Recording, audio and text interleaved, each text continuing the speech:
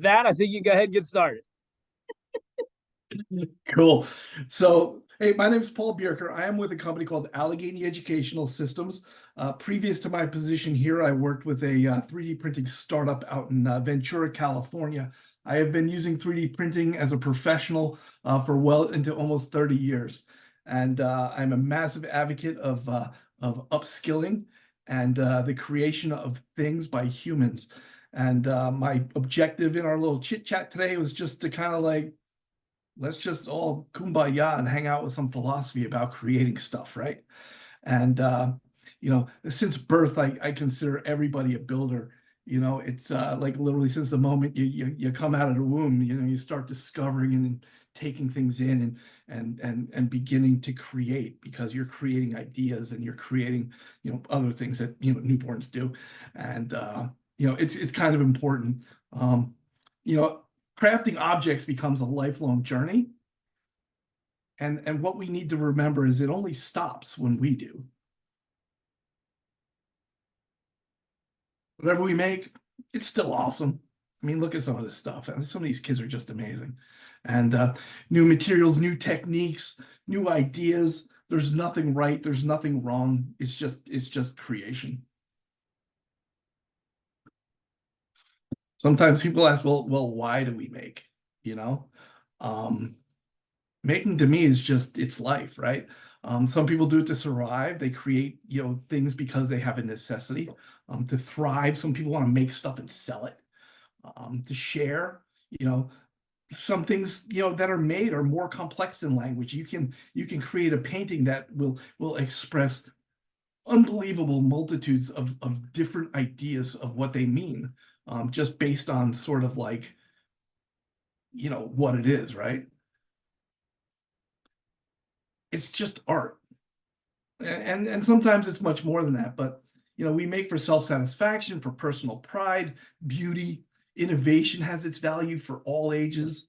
And sometimes creation is just a relief valve for pent-up energy. Sometimes it's nothing. Sometimes it just is, right? And that's kind of important to determine that. It's like, creating something doesn't have to have an end point, doesn't have to have a an application. It's a voice. Creation, like art, transcends language, race, age, gender, and wealth. And who knows what they're trying to say with all this stuff here on Easter Island, right? I mean, we could guess, we can go through some oral history, and we could do things like that. But who knows? Maybe, just saying, right? How do we keep young adults and older adults and kids creating and having big, new, crazy ideas? How do you do it? And right now, the missing link, I say, is education. I work in schools every day, every week. I work in poor schools. I work in rich schools. I work in, schools with great programs, schools with no programs. And, in school, we're taught laws and theorems and what defines our world as we navigate, right? And like, how do we use these rules to drive ideas and inspire a new vision and look, past these rules to inspire what's possible? How can innovation happen, right? When I have all these rules, how can I make a difference? And these questions are essential for, fundamentally innovation. So like my favorite little picture ever, because here's a bunch of kids. They're sort of like, just, they got their thinking caps on, right?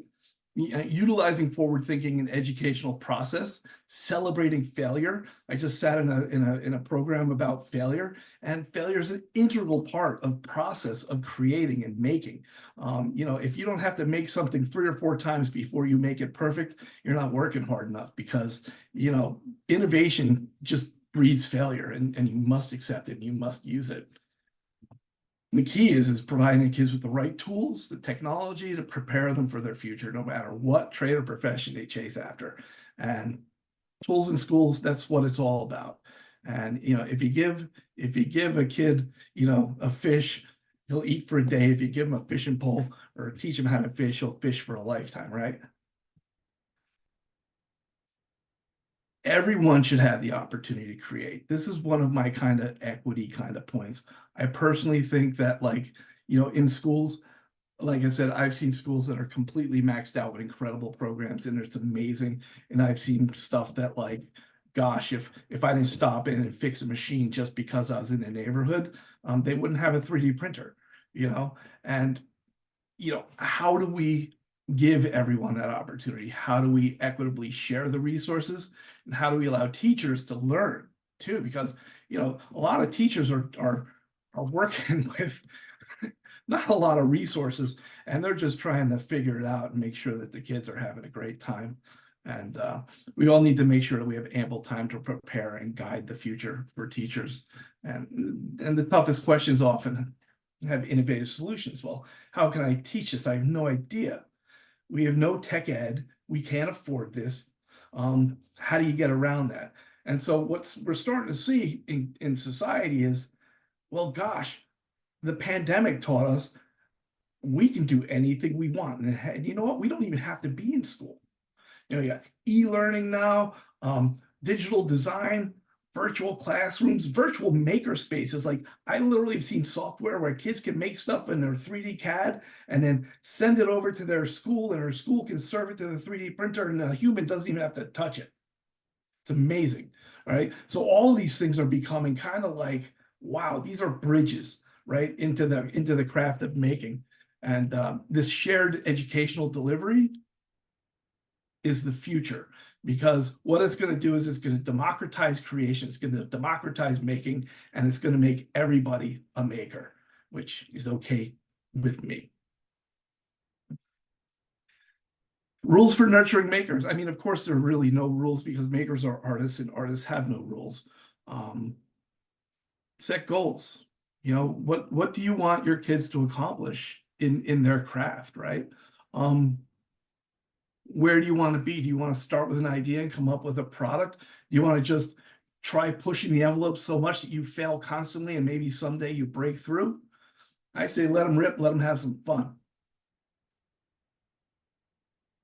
Don't pigeonhole people. Teachers make all things possible. Like one of my favorite classic films, Anyone Can Cook. It may not taste great, but it sure is fun. Let's see, this is one of my little... Oh, man. He's nobody.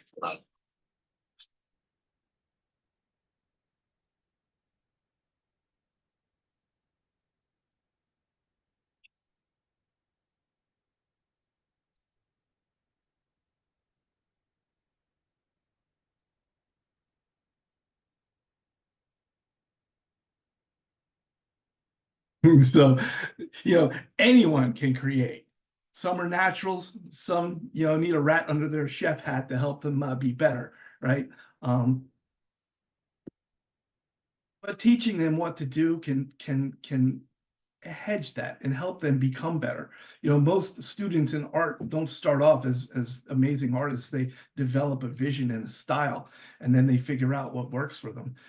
They just decide, and some people just decide that it's just not for them, and they don't continue on in the craft and creation. They move on to something different, and then they're creating something else. Creating the makers of the future, I think it's an ecosystem, right? It's a recipe. All elements are critical for success, like art. Art's never perfect. You got to commit yourself to being a cog in the machine. The future will be filled with people who say, yeah, I can make that, but they don't. And then you'll have people that are like, yeah, I'm going to try that, and they will. And those, people all have value. You know what I'm saying? In this maker ecosystem, you need teachers. You need people to want to share the passion, share the willingness to kind of like explore with your Padawans, right? And then time.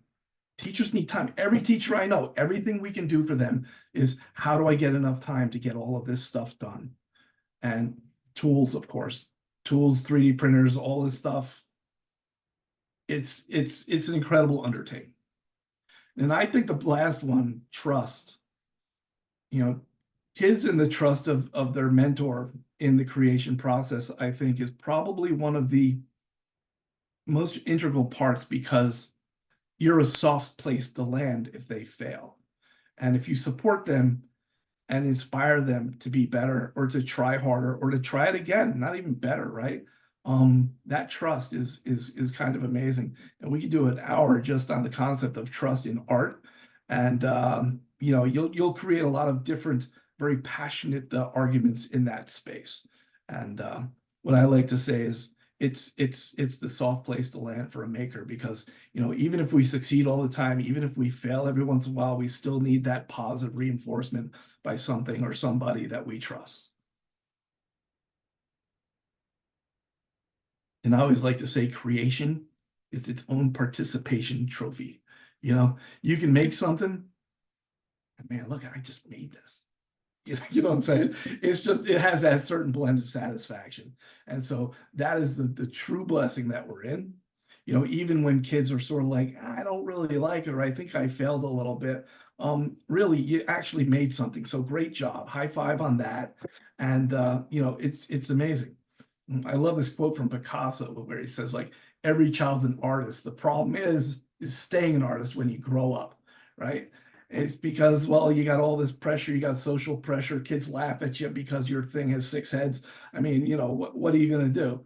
It takes a strong sense of self and confidence to, you know, be that maker that can do pretty much anything and move on, whether they fail or succeed.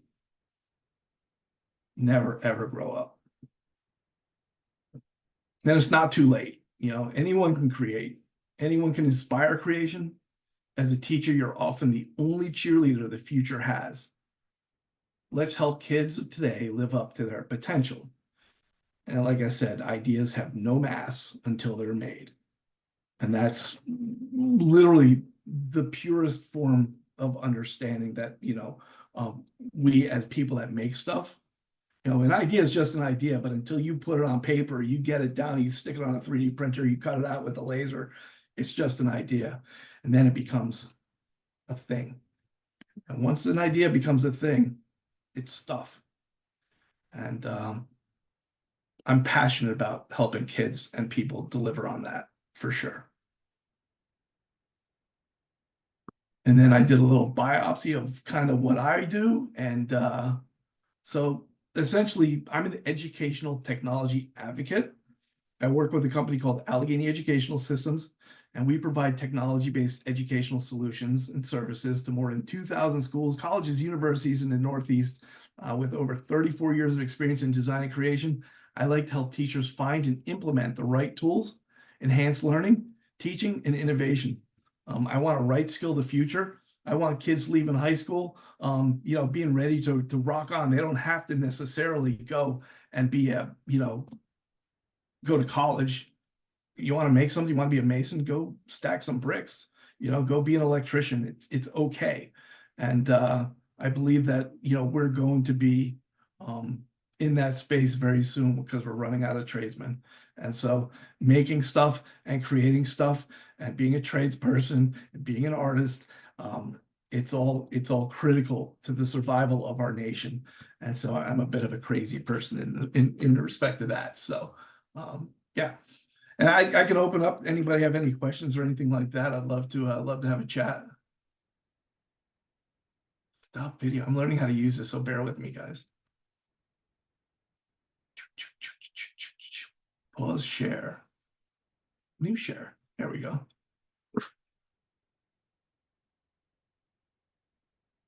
Stop share. There we go. Sorry, guys. I'm a bit of a, you know, I think I haven't done a presentation in a couple 100 years. So sorry if I rambled on. I can start. I really appreciate your presentation because I come at making in the same way, that it really should be more about how the individual feels about it. Because you have problem-based learning, you have project-based learning, you have, in Finland, they're doing invention pedagogy, and the rationale is solving society's problems. You know, when can the rationale be empowerment and developing self-worth and you know, and even not even career training, you know, and that's, I agree with you also that we're running out of tradespeople and we need more women in the trades. And also we need to stop devaluing. I think in our culture, we think of hands-on work as lower, it's not as important. It's low class, it's lower class. We create these images of work that makes people feel great, that they enjoy doing, is something that's less worthy, and we have to change culturally, how we look at that. But Yep. um, Yeah, I was in a I forgot, I was in Whole Foods once, and my craft, like my making experience outside of my job as an advocate or technology advocate with Allegheny is I make jewelry.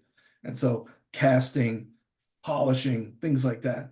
Come Christmas time, my fingers are black, like it's almost to the point where I don't take myself in meetings, right? And I was in Whole Foods one time and people are like, ew, what are you, an auto mechanic? I'm like, you know what? Yeah, I'm an auto mechanic. right, It's just I can like, imagine. yes, I've used Gojo on these things for 4 hours. They still look this way. I'm sorry. And how is that something to look down on? Or how is that? First of all, it's like, lady, what are you talking about? So, but yeah, and it's important because there is pride to craft and there is honor in creation and making stuff, right? And people are starting to finally get it because you try to call an electrician right now or a stonemason, guess what? See you in 7 months, right? It's a little crazy. So yeah. So keep on making stuff and keep on working hard and learning, right? Because that's what it's all about. No, I actually have a friend who was a dentist and went back into plumbing. He'd done plumbing in high school and college, and No decided, way. yeah, he decided, I don't need to put up with other dentists. Oh my God. Wow. He didn't like, being told to do, he was told he needed to do the quality of work based on the insurance, how much the insurance would pay. So he yeah, didn't, that's hard. he had a high standard for his work and he refused Yeah. to lower standards. So he's like, you know what, forget it. Gosh. He Oh my really gosh. doing fine, so he does a great job with all of the fine carpentry and plumbing that he does. So, I tell you what, I mean, dental is very high functioning, fine motor skills, man. So he'll be a great plumber. You know what I'm yeah, saying? yeah. He could probably just reach under there and just screw it in, right? Because Hey, Paul, can I ask a question? of course, man. Thank you. So it seems like you interact with like a lot of these schools, help teachers get the tools they need. And then you kind of mentioned it, this idea, it seems like specifically in 3D design and printing, right? There's two tracks. You have the I'm going into the engineering robotics side versus the I'm going into the manufacturing, more of that kind of like, again, not my opinion, blue collar versus white collar aspect of this. Do you notice in the schools you're working with, one that is more popular than the other, or one that seems to be like gaining, or I will have to say, based on my experience, robotics is the gateway drug to additive manufacturing. It is. Even with CNC and things like that, usually schools that have a robust, say, BattleBots program or a Bots IQ, they collaborate with different robotic kind of organizations. They tend to understand additive more because they're making a lot of short run, sort of durable parts, right? And so that's where they're working. Now, what we're seeing is the transference of the robotics and kind of mechatronic sort of engineering skills move into, oh my gosh, well, guess what? You need all those skills in industrial maintenance. You need all those skills in, in this product development, art, design, sculpture, jewelry making. And what's starting to happen is the spectrum of additive and subtractive manufacturing, which is, I consider to be sort of the same, just diametrically opposed. They're finding usefulness across the spectrum. But that's because of the teachers, right? Because teachers are sort of like, hey, yeah, we got these 3D printers. What else can we make? Oh my gosh, we need pen clips to hang up the thing. We need something to keep that darn, thing from rattling around in the heater over here. You know what I'm saying? So what they're doing is they're inspiring their kids because there's no real content or curriculum on this. I sell some stuff from MakerBot that, we've got like, these little sketches that have some cool curriculum for like elementary schools, which is great. But you know, you leave that, it's like there's zero curriculum for additive manufacturing anywhere. And so it's all driven by teachers and by necessity and innovation. And cheers to that, because it kicks butt watching. You get a good teacher with a 3D printer, man, nothing's impossible. You know, they'll make anything. Yeah, there's a study out there, actually, it was someone's dissertation comparing like a makerspace. School had, you know, the VOTech room and the makerspace, and who was enrolled in those two spaces and how the practices were, how the students were treated. And they found like the VOTech, they were strict rules. You weren't allowed to force around, you weren't allowed to, because you know, he was, you know, primacy. And then the makerspace, those students were it was much more democratic, you know, what you'd expect for a makerspace. So there are cultural differences in the way that students are prepared in those different places, and I guess that has to be really considered. And that's a perfect way to describe it, because there is a cultural difference in the trades and in art. Okay, because makerspace is driven off of the construct of art first. Okay, whereas VOTech is like, okay, let's get the job done. Right. This is, you know, you're gonna graduate high school and you're gonna go to work in a garage. And if you're goofing around, okay, you know, you're not gonna keep that job. And I find it a little disingenuous sometimes, because I think the VOTech kids, when you let them go, the stuff they make, next level. It's like, it's not even, it's more than art. It's like art and engineering put together. And these used to be the bad kids, right? Which is kind of ridiculous. But it's really, it's changing the world. Yeah. And, you know, I'm seeing it firsthand every day. Like, I see kids graduating high school and walking into jobs that, man, I tell you what, I didn't think after 6 years of college I could get, you know? So yeah, it's amazing. And it all depends on the environment that they're in, right? And honestly, I believe that art and engineering, it's the same thing. I mean, it really is. It's just, I mean, and the makerspace too is also STEM, like it's been taken over by STEM, and these are the students who are thinking going on to, you know, engineering. And so it's more of a white collar. So you've got the blue collar and the white collar. point. You know. Good point. I never even considered that whole construct of the dividing line being STEM. Yeah. That's great. So there's about 3 minutes left. There's some other people who you don't have to jump on and speak. You can type it in the chat. Hey, we got a chat. I'm learning. It's Okay. always Okay, people who like are really good at one piece of technology, and they're really not good at others. That's Tell how you what, man. I can 3D print you, you know, the neurological pathways of somebody's spine, but you know, using Zoom is hard for me. It's like, dang. It keeps changing. Anyway, they keep upgrading it. Yeah, where's everything now? It's like, it used to be down here. But yeah. So like I say, guys, I really appreciate you letting me just come here and just ramble on, because I'm super stoked. I come to work every day. I get up at 5 o'clock in the morning. I can't wait to get in this building so I can start like working on projects with different schools and stuff like that. And you know, it's amazing. And the teachers and the administrators and everybody, at least in Western PA that I interface with, it's just astonishing how much they do with so little. And So I'll ask a quick question then, because it's one thing to get the equipment, right? But to train people on how to use it, is that part of the process as well? yeah, so what we do is we actually offer full training and installation services on most of the stuff we sell. And so, you know, we make sure and we maintain the training on that stuff to make sure that teachers are experts at what they're doing, because it'll just be a better and user experience all the way through the life cycle of the hardware. You know, it's critical. I mean, you have to know how to use this stuff. All right, well, it's sending us back to the main room. So Paul, thank you so much. Really appreciate it. Thanks, guys. Appreciate everybody.